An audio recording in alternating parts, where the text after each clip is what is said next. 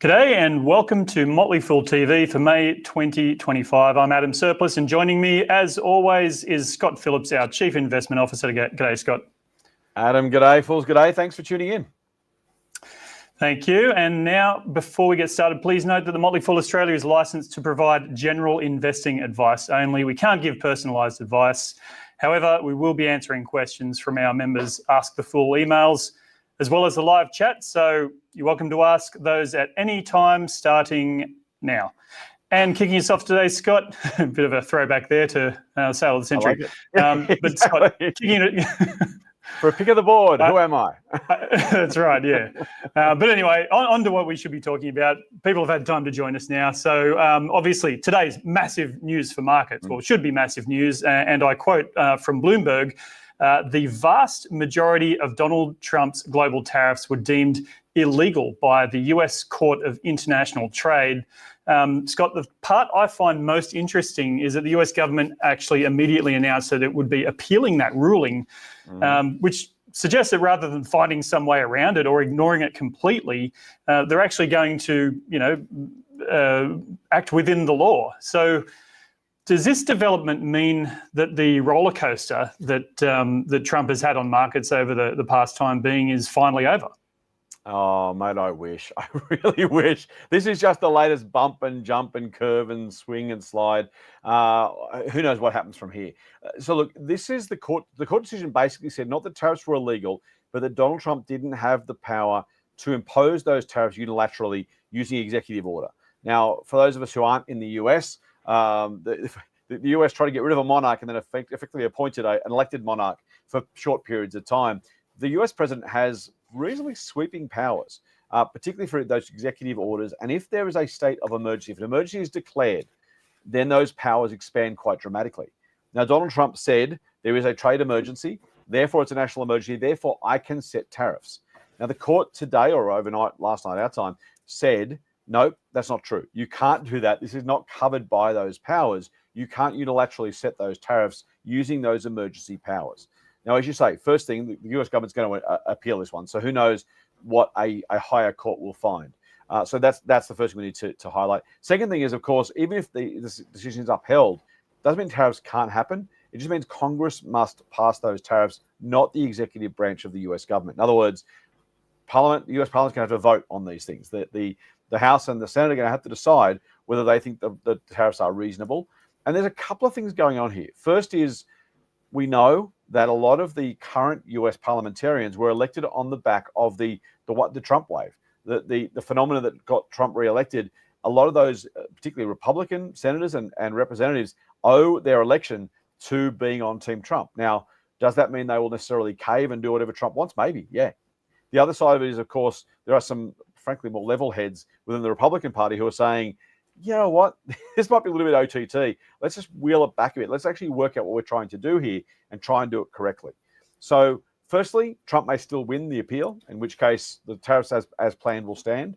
Secondly, the House and the Senate may well pass exactly the same tariffs Trump wants, in which case this is just a question of jurisdiction, not of whether or not the tariffs can be passed.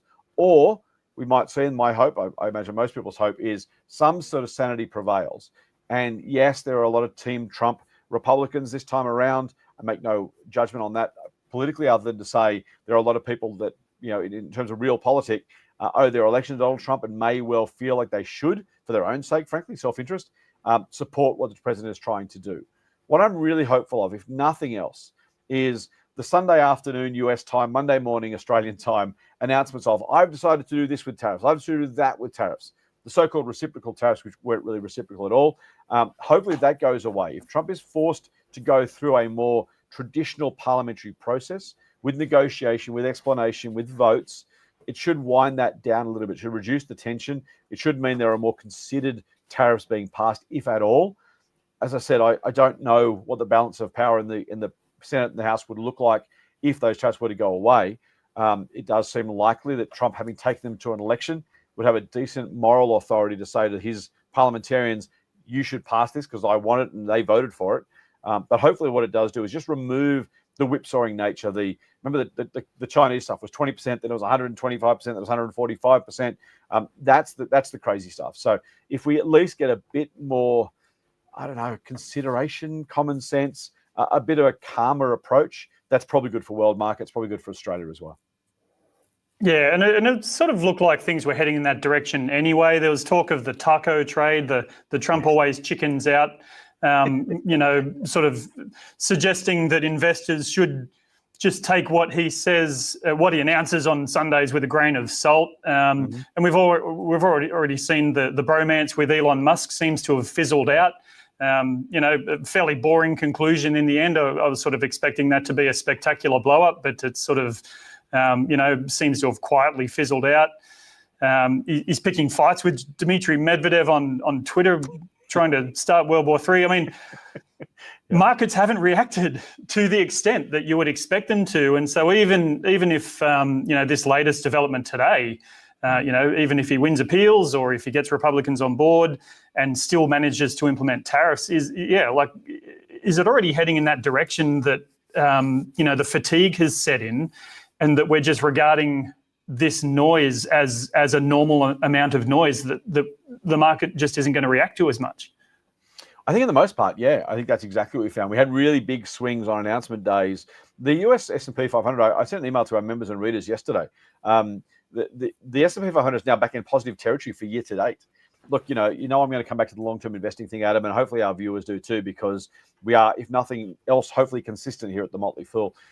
If you think about the fact that for everything we've seen, all of the announcements, all of the inauguration grief, all of the back and forth, the shock and awe, all that kind of stuff, despite all of that, the US market is now back in positive territory. And it kind of reminds you, I hope it reminds our viewers, that the future is long-term. What happens the next day, week, month is going to move markets because traders do what traders do. But as investors, and I've said a million times, long-term investors should be a tautology. That's David Gardner's line, one of our co-founders. All investing should be long-term. So if you think about that and say, well, where are we at? Where are we going? What does it look like? No one knows. I still think, I got to say, mate, I think the movement in both directions have been too exaggerated for a while, and now maybe too little.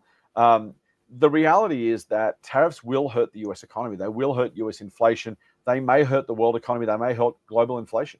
Those are the things we have to come to terms with. So I don't want people to walk away from this thinking there is no risk, there is no downside, nothing can go wrong from here. I don't think that's true at all. What I do think, and what's really, really important as a long-term investor, again, this thing that should be a tautology, is you look out 4 or 5 years and you say, in 5 years' time, in 2030, frankly, Trump will be gone from the White House. Whatever happens in the next 12 months will be an interesting footnote, but a footnote nonetheless in history. And companies will find ways of creating more value. And so when we see the really big, silly falls on the announcements, yes, if you are a steel maker hit with a 25% tariff, your profits will be lower. So it's reasonable for those shares to be repriced. If you are an importer that deals only from China to the US, yes, that's going to hurt if they put tariffs in place. Your sales and profits are probably going to fall. But for the economy as a whole, for the market as a whole, when you think about the long-term nature, and without going into the algebra of it, mate, because it's a Thursday night, no one wants me to do that, a share price today is the value of all of the cash flows from here until eternity, discounted back to the present day. And I'm not going to go into the algebra of that, other than to say, if you drop a little bit in sales or profit for a year, for a couple of years, the impact on the share price is not going to be significant enough to justify the falls that we've seen when the market freaks out. So you've got to separate the emotion, the uncertainty. I've had my views on policy. You and I have talked about this before. I've been very forthright. That being said, my view on policy and the impact on investing are two very, very different things. Most companies will not be impacted meaningfully by this. The ones that aren't will go into bigger and better futures in 4 and 5 years' time. The ones that are going to be a microcosm of the overall economy, will not meaningfully impact the total result, even if there is a downturn, even if there is a recession, even if inflation does spike as a result. I'm not saying those things are good, by the way. They will put people out of jobs. They will wreck businesses. They will hurt trade relationships. They will set back international cooperation by a decade or two. Those are bad, bad, bad things. But as investors, you've got to separate that, the policy bit, which I have really strong views on, from the investing bit, which I also have strong views on, but they're different. Because I'm a long-term investor. I hope to hold most of my positions for 5 or 10 or 15 or 20 years. And over that period of time, the tariff war of 2025 will be interesting. It might be slightly impactful, but the long-term value is going to be created by companies doing what they do, creating new and better solutions to new and old problems, to doing better than their competitors, to creating value for customers, for helping suppliers find markets. It sounds like it's kind of boilerplate. It sounds like it's Pollyanna stuff, but it's really, really not. The history of markets over the last 120 odd years, almost exactly. There's some Credit Suisse data back to 1906 or 1904, I can't remember which. And again, I say all the time, think about what's happened since 1906 to 2025. Think about the world wars, the regional wars, the recessions, the oil shocks, the baby boom, the recessions, the Asian financial crisis, COVID, frankly, the Spanish flu the first time around. For all of that, not in the absence of that, for all of that included, the market still gained about 9% a year. So it's really, really important to focus on the long term, not get distracted by the news and the noise. Have your policy views, cast your votes accordingly, do what you want to do, yell at the clouds, write to the editor. I've had my views on those things. But as an investor, you need to separate what I think is really bad policy from the size and scope of the potential economic impacts, which are much, much smaller, particularly if you have that long-term view. All righty. Okay, well, let's bring it closer to home, and you'll be happy about this because this is keeping it stuck in the long term. I'm going to ask you about interest rates again, which I know you hate it when you get asked to forecast interest rates. So I'm not going to ask you to forecast. I'm going to show you what other people are forecasting. So I'm throwing up on the screen now. This is, let me see if I get this right, the 30-day interbank cash rate futures implied yield curve, which appears to be the source of the normal forecasts that we see in the media. When we say there's a 0.25% interest rate drop is priced in. It's right here on the ASX website. Anyone can go and have a look at it. And they seem to be calculating this implied future cash rate each month out to October next year based on derivatives that are bought and sold. It's effectively people taking punts on the cash rate. Did I get that right? Like, how exactly are the ASX calculating these projected future cash rates? Yeah, really great question. And we talk about this a lot. We talk about the bond market is saying there's a 60% chance of this or a 70% chance of that. And we go, well, how is that possible? What effectively happens, mate, is, and it's a little bit inverted, so it's difficult to describe, but I'll do my best. When a government or a company issues a bond, they say, I will pay you this interest rate. It's called a bond yield, but for our purposes, let's make it simple. This interest rate for every year for the next 10 years. So it might be 3%, pick a number, right? And so that's the price the government is offering, or the price they're offering to pay to borrow other people's money to fund the government budget deficit. That's kind of how the bond market works. So Australian government bonds, the government buys bonds, they effectively, or issues bonds, sorry. They take money in for those bonds, promising to pay an interest rate after that. And then what happens from there is the bond market makes its bets. So now you've got this bond out there. It's a $100 bond. It's going to pay 3% a year. Just, again, make up the numbers, $3 a year. And then the bond market says, well, if I want to sell that bond to somebody else, I own the bond now, I bought it from the Australian government, I'm going to sell it to someone else. How much are you going to sell that for? Now, in theory, if you wait 10 years, you get $100 back. But because there's another interest rate on offer from the government, from the RBA, that bond price moves. Sometimes people pay only $97 for that bond. Why? Because they want a higher interest rate. They're only getting $3 a year. So if you want a 3.5% yield, you've got to pay $95 or $96. Now, again, the numbers get really weird really quickly, so I won't go too deeply into the numbers. Effectively, that's what happens, right? So we can determine what the bond market thinks about future rates by how much they're prepared to pay for those already issued bonds. I hope that's clearish. Now, when we look at that graph and say, what is the bond market expecting? What we're doing is taking the average rate that the bond market's offering or is paying for those current government bonds. And what you're seeing on this chart here is the market saying, well, you know what, we think rates are going to fall. Current cash rate, 3.85%. You can see from that number, let's pick one we can reasonably eyeball. By November 2025, the bond market reckons on average, the interest rate will be about 3.2%. So they're betting that interest rates will fall by 0.65 percentage points between now and November 2025. Interestingly enough, if you go right to the right-hand side of that, in October 26, it's slightly above September 26.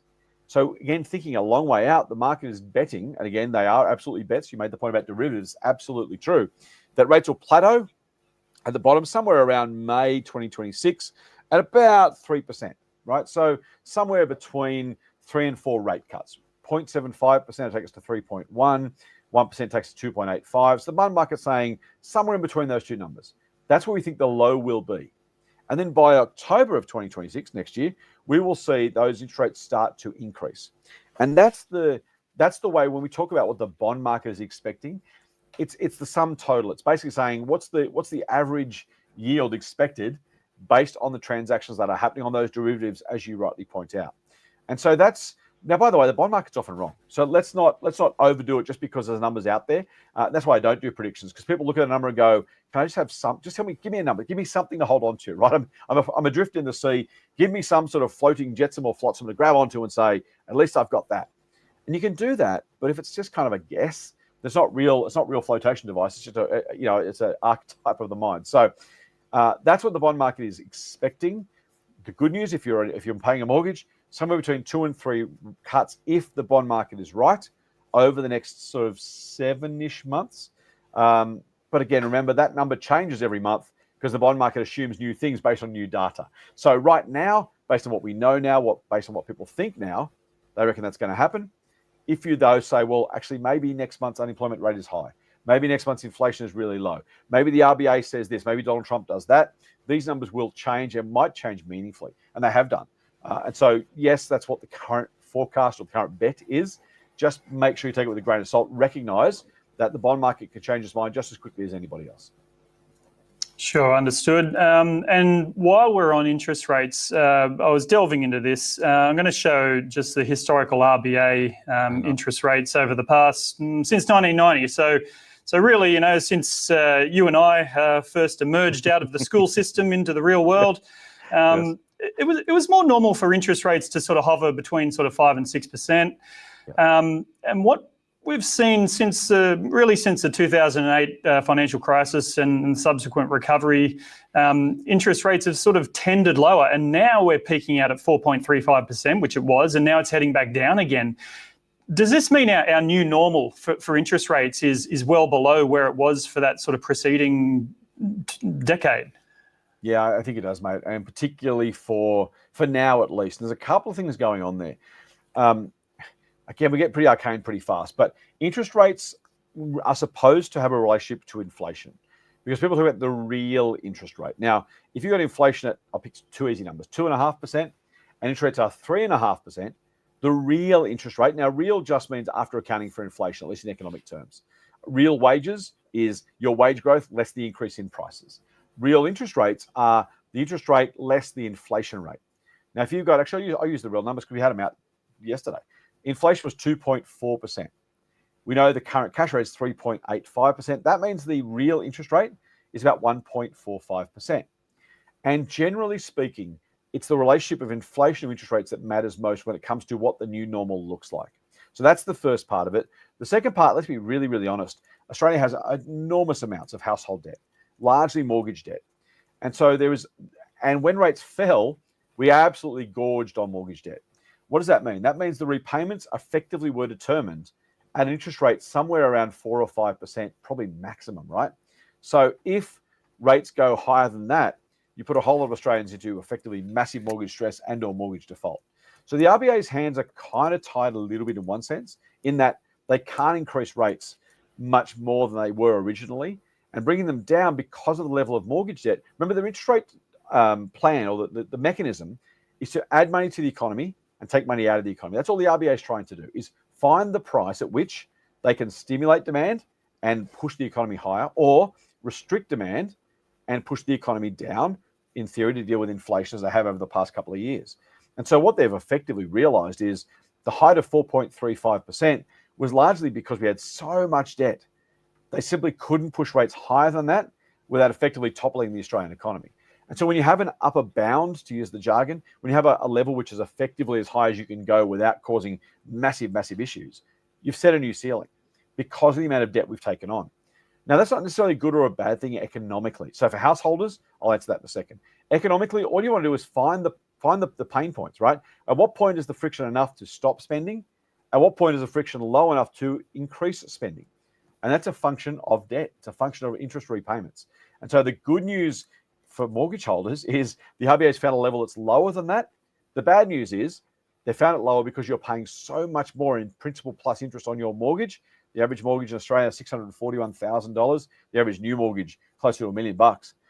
So that's the reality that a lot of people are dealing with. And that's why rates are lower and probably will remain lower for longer, simply because the RBA couldn't, even if it wanted to, push rates up more. But again, remember, it doesn't need to, because it's having the desired impact with a smaller increase in rates. Why? Because the basic debt is so much bigger.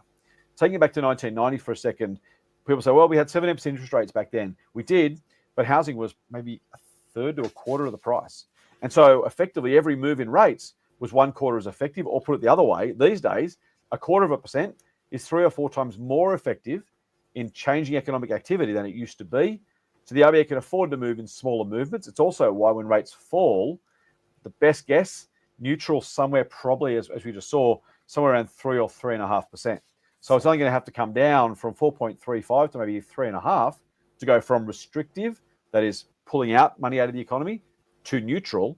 In the past, it would have had to go from 7 or 8 down to 5. So the size of the moves are simply much smaller because of the amount of debt we're carrying. Understood. So yeah, essentially the cost of money is different moving forward, but not in real terms. Exactly. Okay, so we've got a question about Sezzle. This came from Ask the Fool, Motley Fool forums. Somebody has posted on a forum thread. They basically converted Sezzle from ASX shares to NASDAQ shares. They were converted 1-for-1. The shares have skyrocketed 15x, 15 times the initial conversion price since being listed on the NASDAQ. And they're wondering if you could shed any light on this. Why is the company doing so well? Is it a function of it being listed in the US, or has it been company performance that has caused a 16x investment? Probably bits of both, mate. So whenever you see share prices move, you've got to ask yourself, what is the market? Well, you don't have to. But if you want to know why, you got to ask yourself what the market's thinking. And what the market's thinking can be one of two things, largely. I mean, there's kind of variations on the theme, but effectively you're talking two things: earnings and the price-earnings ratio, or the multiple of earnings the market's prepared to pay. The former is the cold, hard cash. The second is sentiment. How do I feel about this? And you've only got to look at any hot stock ever to look at that. If you're a Drone Shield follower, Drone Shield went from 60 cents to $2.50 back to 60 cents, and then back to $1.20 or something. The company hasn't changed meaningfully. Investors got really excited, then really pessimistic, then really excited again. And so that's where you see the share price move, particularly in the short to medium term. I talk about being a long-term investor. In the long term, price tends to follow value, the underlying value of the company. In the short term, the price just follows the sentiment, the emotions, the feelings, the vibes, Mabo, the Constitution, if you're a Castle fan. That's kind of what we're looking at. So when you ask in the short term, what's moved Sezzle's share price over the past 8 months, it's hard to pin down specifically. Now, by the way, other people outside the Motley Fool will tell you exactly and precisely why things moved. And they'll basically make it up and pretend there's lots of confidence. They can explain exactly what's going on. We are hopefully humble enough to say we can kind of try and extrapolate some rationale as why it might have happened, but no one knows the exact. Every single person who bought and sold several shares over the last 8 months, trying to put that together and say, I know exactly what they were thinking, is madness. So you can't do it. What I can do is look at that and try and think through why the share price might have moved. So a couple of things I think going on. They converted those shares at a very, very pessimistic time for the buy now, pay later sector. Whether it was Block, whether it was Zip Pay, whether it was Sezzle, these companies were absolutely bombed out for a while because, frankly, sentiment. I should say companies, stocks, share prices. Why? Everyone got really excited when it was going to the moon. And all of a sudden we realized gravity was real and it came back because people got too excited. And then the people who, by the way, bought the hot stock story, what are they looking for next? The next hot stock. Once the hot stock they own is no longer hot, what are they going to do? They're going to sell it out, get rid of it, throw it to the wolves and move on. And so what you see is sentiment drives that share price up really nice and high. And then when everyone abandons it, it's friendless. It goes back to not exactly zero, but falls really, really low until the value hunters go, maybe there is some value here. We might go and have a look at this. And so whether it's Drone Shield, whether it's Sezzle, whether it's Zip, whether it's Afterpay, if you get to be a hot stock, kind of careful what you wish for, right? Because easy come, easy go. Live and die by the sword, whatever metaphor, whatever cliche you want to throw at it. In Sezzle's case, I think it's a combination of a few things. Firstly, they've actually been able to demonstrate some decent ongoing performance. And the market had, I think, in the depths of despair, assumed that these things, if not were left for dead, weren't the exciting hot stocks we thought they were. I say we, I mean other people, but the market as a whole. And so you don't need much to recover from that. Now, I just pulled up the Zip share price, for example. Zip was in 2000. I'm using Zip, by the way, because Cecil stopped me listing the ASX, then we're listed in the US. So it's harder to do, but I'm using this as a parallel. 2021, 19th of February, the shares were $12.35. Keep that in mind, $12.35. By the 8th of July, 2022, they were 53 cents. I know what 1/24th is. It's probably close to 4%. So they fell by 96% over that period of time. Now, since then, they've gone 53 cents. They went up to $3.36 in last November, back down to $1.66. Now they're at $2.01. So you get the story, right? If you bought at 53 cents, you've got 4 times your money. If you bought at $12, you're still down by 87 odd percent. And that's kind of the story of these hot stocks. Now, separate the stock from the business. If you own Zip, if you own Cecil, as you asked the question, if you own Afterpay, your only question is, what is this worth? Again, I'm going to keep coming back to it in the long term. Who cares what people think right now? I mean, I do if my shares are down. But if, let's say I have a $10 note, and I know it's a $10 note. I know I can take it to the mint at any time and get $10 back, right? And yet someone says to me today, I'll give you $5 for it. Now, on one hand, the value is down. If I want to sell it right now to the person in front of me, I can take a 50% haircut for that. That sounds like it's terrible, right? But if I go back to the mint in 5 years' time and hand it in, I get $4. Now, it's an imperfect analogy. My point is, if the value is not the price. So Cecil, I think, was bombed out like Zip was. And again, think about those time periods when it was listed. When Cecil went to the NASDAQ, Zip was about 80 or maybe $1. So they've doubled since then. Nowhere near as well as Cecil, but they've doubled since then. So you got some element of sentiment. I do suspect as well, Cecil's managed to do a nice job of finding some people who want to invest in the shares. If you can get onto the NASDAQ, if you can make yourself cool, if you can tell a US-based story to US-based investors, maybe you get a whole lot more people excited. And that's worth something. The other thing I will say very quickly is the shares have gone from $28 in April to $111 now in literally almost exactly a month. Now, I'm not telling you what they will do next. What I will say, if something goes up 3 or 4 times in value, I'd be a little bit careful on that one. So is it possible they released results that literally made the company 4 times as valuable? It's possible. Is it the most likely outcome on the fundamentals? Probably not. Now, maybe it was too cheap before. Maybe it's too expensive now. Maybe it's a bit of both. Sentiment has done its job. And if you're a shareholder, you're probably pretty happy. The question for you is not what the shares have done, is today's price an attractive price? I see it's trading on 38 times earnings. Is that an attractive multiple? Does it have that much growth in front of it? That's a question you've got to ask yourself and answer for yourself.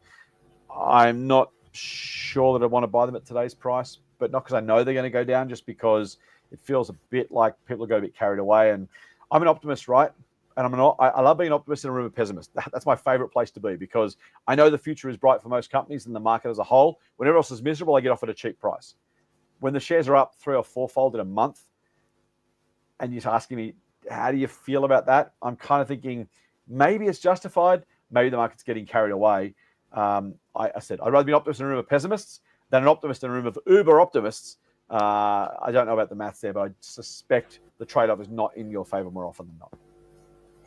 Yeah, well, 30 times earnings on the NASDAQ they're certainly not the most expensive yet, are they? They're heading that way. Yeah, that's true. Yeah. Okay. Question now from TC. G'day, Scott. I know how you feel about Division 296, taxing unrealised gains, no indexation, etc. We all do, TC. Obviously, you read Scott's stuff, and he does not leave any stone unturned, shall we say. Would you be appeased if fund members were allowed to remove balances greater than $3 million before preservation age? We don't need to appease Scott, by the way, just putting that out there. Oh, but it's nice. But the question stands. The people want to help me. I don't help them. Help me. Why do you think you do this remotely, not in the same room? Exactly. For my safety.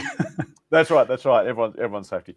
Good question. So TC is talking about the superannuation tax. I won't go into a whole lot of detail. I've written about it. We've talked about it before.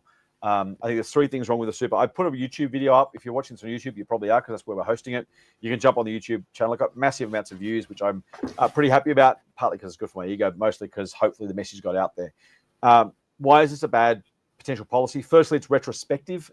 Apparently, according to the reports, they're going to pass in August or September and backdate it to July. I think it's a terrible way to pass policy. This is not a political view, by the way. I don't care which party it is. You know that by now, but I'm just saying it for those who are new around here. I am frank and fearless, but also I'm not a partisan hack. So it shouldn't be retrospective. It should be indexed, because we know markets go up over time. If you set a bar, imagine, take house prices, right? We mentioned the early 90s. In the early 90s, if I'd said, look, I'm going to only lever this on houses worth more than $500,000. In 1991, you're like, only the rich people will cop that. That's fine. You look back now and go, oh man, that's almost everybody these days. And that's why it's a problem, because inflation happens, asset prices go up, the market goes up. They're designing this to catch more people. I think it's unconscionable. If you want to index it, if you don't want to index it, if you want to catch more people over time, then at least be honest about that and put the amount lower and index the lower amount. Or index the higher amount. Either way, do the right thing and index it, because we know markets go up over time. Thirdly, it's on unrealized capital gains. That is, if your house goes up from $1 million to 1.1 million, make my maths easy, your $100,000 profit, at the moment, you only pay capital gains tax when you sell, as you should. Under this policy, you'd have to pay a tax bill, 30% tax, $100,000 profit, $30,000 in tax, because on paper you'd made a gain, which I think is madness. By the way, imagine the admin. I'm going to make my kid become a valuer, because if this goes through, there are going to be valuers who can't keep up with the work, because every asset's going to be valued every year for the purposes of superannuation. Madness. The whole thing stinks. It's terrible, terrible policy. Would I be appeased if we got to take money out? Probably. It depends on the tax rate that was applied when the money was withdrawn, honestly. If you're going to put a higher tax rate on it, then you're doing the same thing either way. So you're not. It's just, you're shuffling deck chairs, right? So that's not a solution. I have no problem with higher tax on more than $3 million in super, by the way. I know some people don't like me saying that. To Adam's point, I'm pretty forthright in my views, and I appreciate that people accept it the way it's meant. They can disagree, by the way. I don't ever suggest I'm always right. I think a frank and honest conversation, constructive dialogue is really useful in public policy. We have too little of it. So that's my view. Others can have a different view. That's great. If they took out the $3 million, what would happen to it? If it was taken out without a tax penalty, that's probably fair. Yeah, I think that's probably okay. Would I prefer they be able to leave it in and have that number indexed? Yeah, that'd be my preference. Absolutely. I think people should pay more tax on larger super balances, right? The average tax rate on a $3 million super balance, you pay nothing on the first $1.9 million. It's going to be $2 million from July 1. Zero. On the next $1 million, or 1.1, you pay 15% tax on any earnings. The average tax rate, by definition, at that point is probably less than 10%, almost certainly. So you're paying 8 or 9% average tax rate. The average nurse or firey is paying 20, 25%. It's unconscionable to me. And that's, again, other people have their different views, and I get it. You can have that view. My view simply is asking nurses and fireys and coppers and factory workers and secretaries and nurses, whoever, to fund more of the tax burden than someone with $3 million in the kick. I think that's unreasonable. Now, again, I don't know what Adam's view is. He might have a different view as well, by the way. That's my view. So I have no problem with taxing more. I think it should be taxed fairly. It's the implementation of the tax, not the fact that tax is being put in place for that. That's my issue. $3 million. $3 million gets you at 5%, $150,000 a year. That's pretty reasonable. I think more than that you don't need in super. So yeah, TC, well, look, put it this way. It would be far, far, far better than the current proposal if that was the case. I'd prefer it probably be left there and a higher tax rate applied, but only on realized gains and only indexed. That'd be my gold standard solution, I think. By the way, I've written about, just a quick plug, Adam, I wrote an article called A Simple Fix for Superannuation. It's on the Motley website. You can Google it, you'll find it. A simple fix for superannuation. I think it should be taxed entirely differently, by the way. This is not the place for that conversation. So my first preference, tax it as income properly above a higher tax-free threshold. That's the fairest way to spread the tax burden across all Australians, in my view. By the way, multinational tax avoidance is a big deal. Resource rent's a big deal. I could talk for hours. But on super, tax it as income first above a generous tax-free threshold. Second, take the government's current approach, but index the threshold only on realized gains and don't make it retrospective. Third, TC is probably your view. I think it's a very reasonable approach and one way of dealing with it.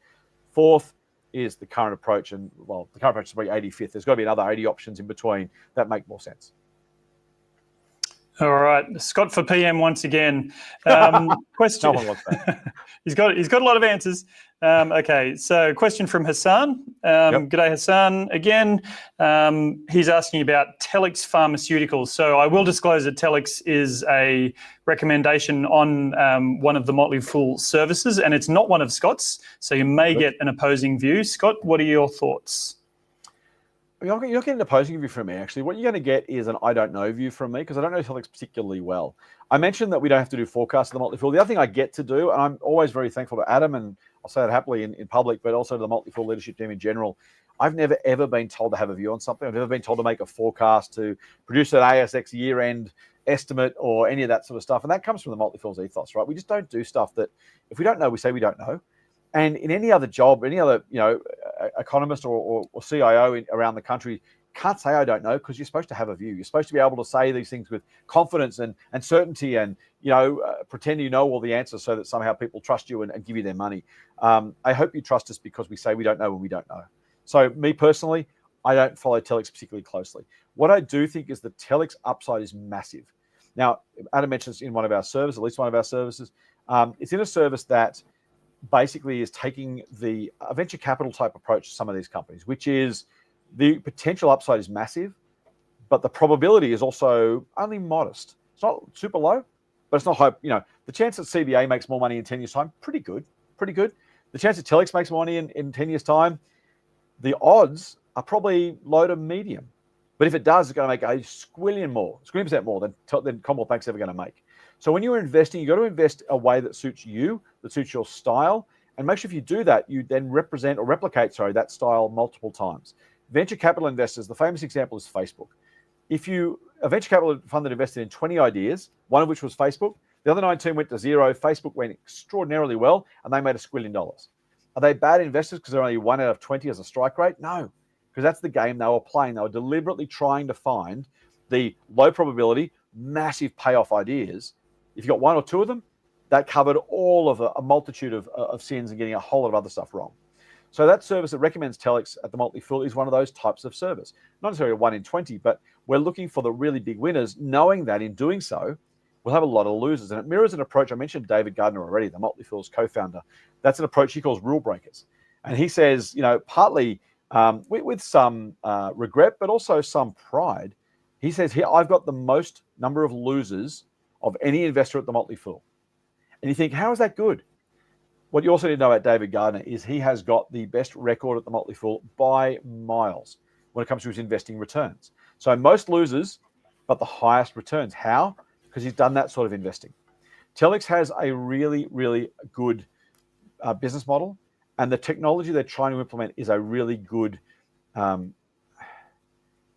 if they can get it right, it has massive commercial and frankly therapeutic benefit. So I'm not a Telix investor. I don't own those Telix shares because I'm not that sort of VC style investor. It's not my thing. By the way, at the Motley Fool, we have no house view on any company. To Adam's point, we have a house style, and that is we are business focused investors and we focus on the long term. Those are the 2 tenets. Within that, as the Motley Fool's chief investment officer in Australia, I don't tell anyone what they have to do or say. I don't tell them what stocks they have to recommend. I don't veto the stocks they decide to recommend. We let them do their thing because each investor has their own style and their own mandate. Now, they're absolutely accountable for their overall results, but they can go and get them their way as long as they remain business focused, by which I mean don't look at charts, don't try and work out momentum or trade technicals or any of that kind of rubbish. Fundamental, so business focused, what's the business going to do? And long term, which is, I don't know what happens next week, next month, even next year. Anyone at Motley Fool says they do, I take them aside and say, hey, let's have a chat. We're going to work this out, because in the short term, my fundamental belief is no one can time the market. No one can know what's happening in the short term.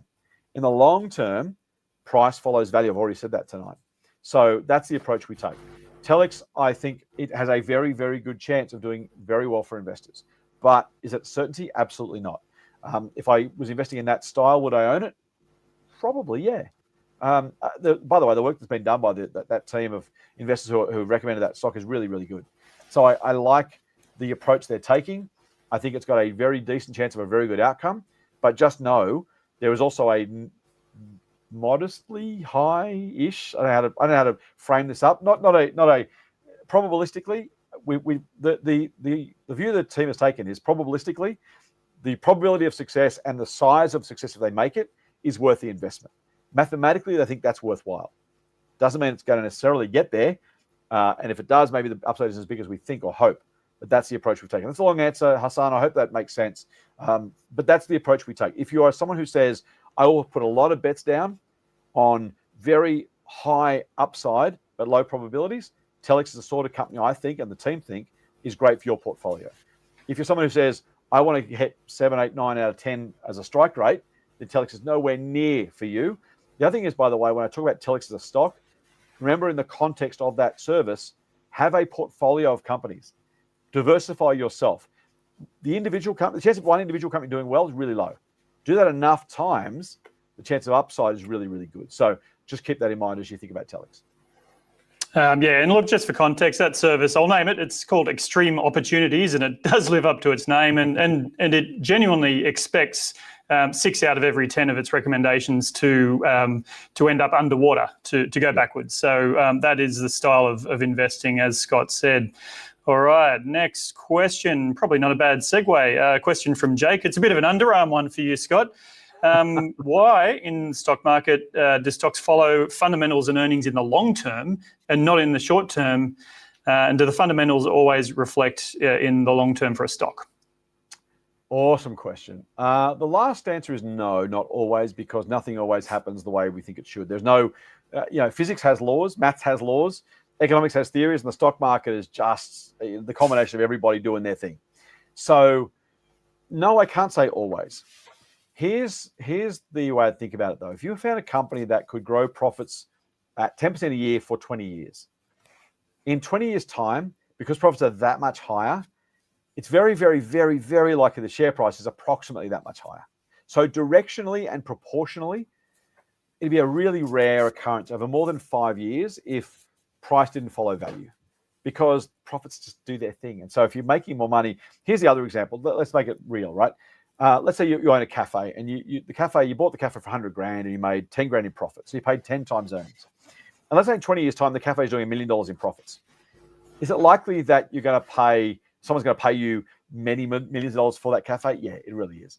Guaranteed? No. Do I know exactly how many $1 million? No.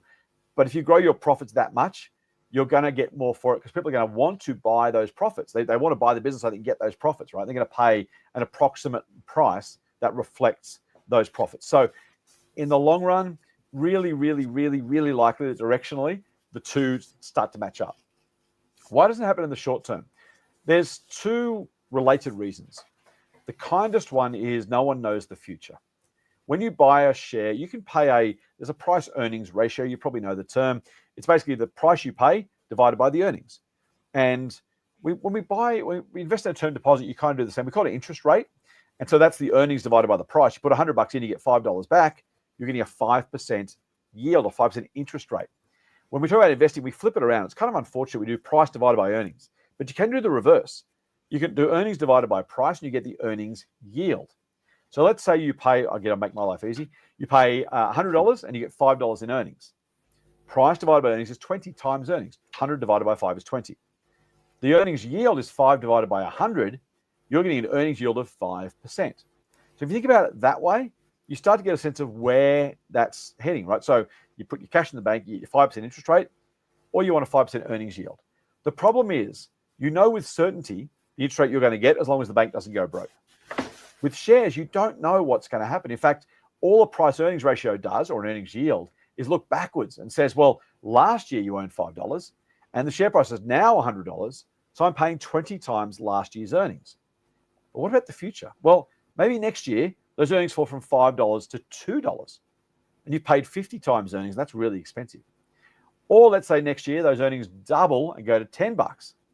All of a sudden you've paid 10 times earnings because you bought the shares for $10. You got $10 worth of earnings. The reason I highlight that point and illustrate that is because when you buy shares today, the past doesn't matter. You don't get the past profits. You don't get the past earnings. You know what they are, but you don't get them. All you get as an investor is the returns from today moving forward. And because that's uncertain, because you don't get a set earnings yield or a set interest rate, you're making a a bet of sorts. I don't like to use the word bet because it feels like I'm saying it's a gamble. But you are buying shares in the hope that the future is attractive. Now, no one knows what the future looks like. So what you're left to do is estimate how quickly earnings might grow. And if different people have different views on that, you get very, very different share prices. We just talked about Sezzle. Sezzle's price earnings ratio was 38 times. Now, no company is worth 38 times last year's earnings if those earnings don't grow. Why? Because the earnings yield on that is 2.5%, maybe 2.7%, something like that. You get more in the bank. So why would you buy Sezzle if they weren't shares? You wouldn't. Why is the PE 38 times? Because the market as a whole, as a group, is expecting Sezzle to grow those earnings over time. But will they? And by the way, will people change their minds? So right now, they're happy to pay 38 times earnings. If, for example, all of a sudden the collective mood of the market is, actually, we think buy now, pay later is going to die. We think the bank's going to offer that as a service, and Apple might offer as a service, and at that point, Sezzle as a standalone business is doomed. Well, actually, now we're going to pay 5 times earnings, and the share price falls by, 80-something%. That's not the profit's not changed, so the fundamentals don't change because we know what they are. We know the profit last year, we know the sales, we know the debt, we know the balance sheet, we know all those things. But the view of the future is, oh my God, the future is terrible. I better sell this thing. This is not going to make any money. The flip side of that is Sezzle's over the last, we just talked about again, over the last month, shares are up 3 or 4-fold because the market's gone, oh, this is amazing. This is going to be brilliant. This couldn't be better. It's going to be an amazing future for Sezzle. I want to get on now because, man, when profits quadruple or go up tenfold, I want to buy the shares today so I get all the benefit when that happens. Those two things are all about the unknown future, and nobody knows. So that's why in the short term, price doesn't follow value. Price follows the market's kind of generic, general, average views about what the future might look like. And so that's why it's hard. The second is kind of the same thing, but different. It's just sentiment. So the first is I don't know what the future is going to look like. The sentiment is how I feel about that future. And they're kind of intertwined, right? They feel like the same thing. They kind of are.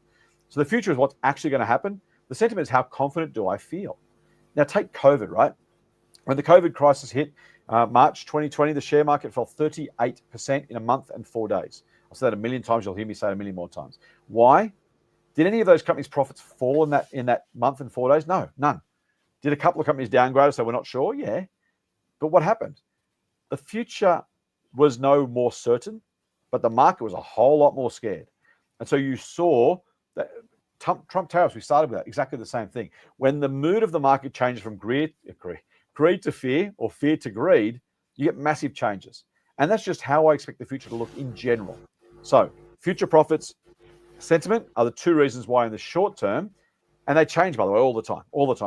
A new broker releases a new earnings forecast. Okay, well, now the share price changes. Someone says Donald Trump's going to put a tariff on Australian sales. Sentiment changes. Not necessarily the fact they think profits of company A are going to be now 2% lower. People just freak out. And so you get that happening. So in the short term, you get sentiment and the unknown future moving around a lot. The longer we go, the more likely it is that as you get more fun. And by the way, why is long term? Long term is years, in which case you're getting every 6 months more and more fundamental data. An updated profit number, an updated sales number, more mergers and acquisitions, buybacks, debt paid off, more debt taken out. All those things happen. So those extra fundamentals that get factored in, particularly if the shares are the profits growing, the market's factoring those in as you go. And they happen over the long term. In the short term, you get lots of volatility.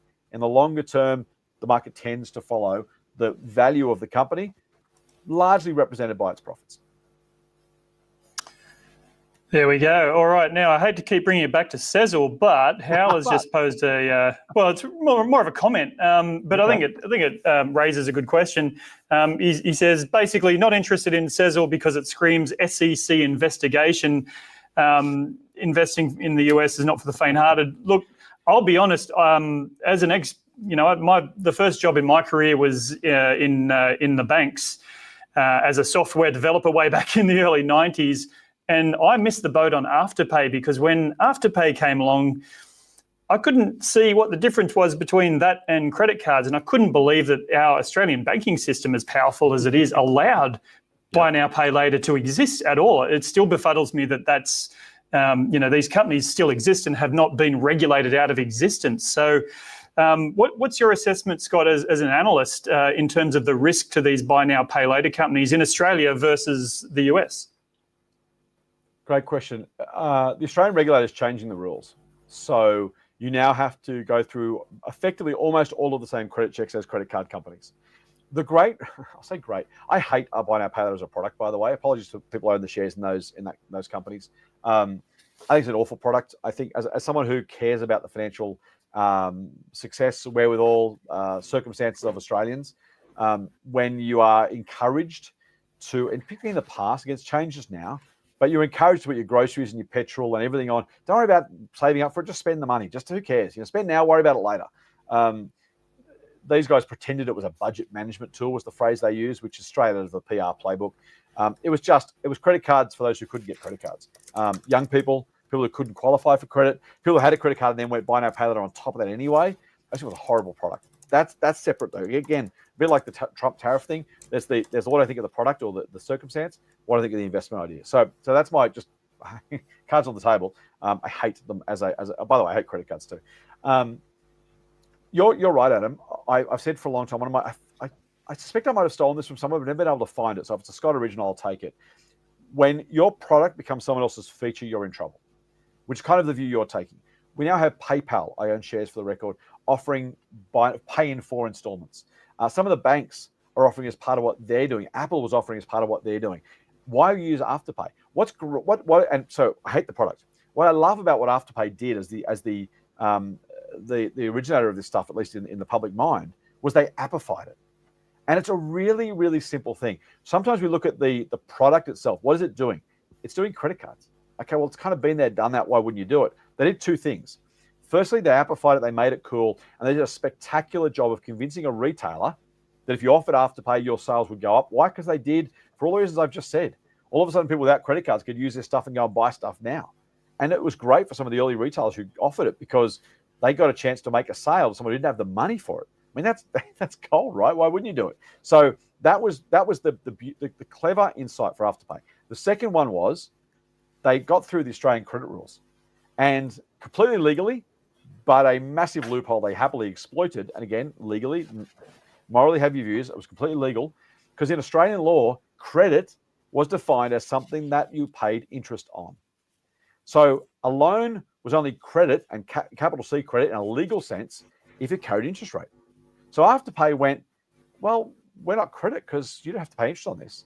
Now you got to pay a fee if you're late. The retailer's got to pay an amount of money to cover the transaction costs. But as a consumer, as long as you paid on time, it was completely free, no interest at all. And so the regulator went, well, we can't regulate this because they're not credit, at least as defined by credit laws. And so they sailed straight through that loophole. It took governments, plural, 5-6 years to close that loophole. It was a disgraceful lack of interest by governments, parliaments, regulators. I don't know what the regulator was saying privately, but the government and frankly, the parliament just said, we'll get around to something on that one. Anyway, long story. Now they're back on as part of this. They're going to be brought down now under the same sorts of rules, not exactly the same sorts of rules as credit card companies. And that's a massive handbrake on their business for all the reasons you'd expect. Because if you get credit card, you've already got one. If you couldn't get one, you got buy now, pay later. If you've now got to qualify for buy now, pay later the same as a credit card, you're probably not going to get an account quite so easily. So there are some really significant tailwinds on that one. In the US, they have different rules. The market's massive over there. If you can crack that market, it's 15 times the size of our population. The economy is probably something similar in terms of proportional size. If you can crack that market, you're going to do pretty well. SEC investigation refers to, that's their version of ASIC. I'm not sure what Hal's inferring necessarily, but I suspect maybe something around, maybe some manipulation of the share price, something else going on that's funny. I don't know what's going to happen there. I don't have a view. I haven't looked at it closely enough. I wouldn't do anything because of or not because of an SEC investigation, potential or otherwise, necessarily. Maybe there will be an investigation, maybe there won't. Maybe they'll find something, maybe they won't. I'm not overly worried about it. There's been, in Australia, short sellers who've claimed certain things about certain companies have been sometimes wrong, more often than not wrong. Sometimes right, more often than not wrong. I don't think where there's smoke, there's fire is necessarily a reason to be careful. I would, though, look at the massive gains recently and go, that feels a bit frothy. It feels a bit, people get carried away here. Now, by the way, if this is worth 10 times the value in the long term, whether the shares fall in the meantime is no big deal. I mean, it hurts mentally, emotionally, but This is a $100 stock that goes to $1,000. Who cares if it falls to 50 in the meantime? Take the ride. Get 10 extra money. I'm not saying it will. I'm just saying if it does, you don't have to worry about the short term. I would say people get excited about stuff when it goes up because everyone loves to follow the hot money. If you're late to the party, then you're kind of running the risk of I think Buffett talks about everything turning pumpkins at mice at midnight. If this is 5 minutes to midnight from a momentum, from a meme stock, from a hot stock perspective, don't get caught holding the bag. All righty. Thanks very much for that view, Scott. And that's all we've got time for tonight. Oh. So once again, thanks for joining us, and we'll see you on the next Motley Fool TV. Thanks, Phillips.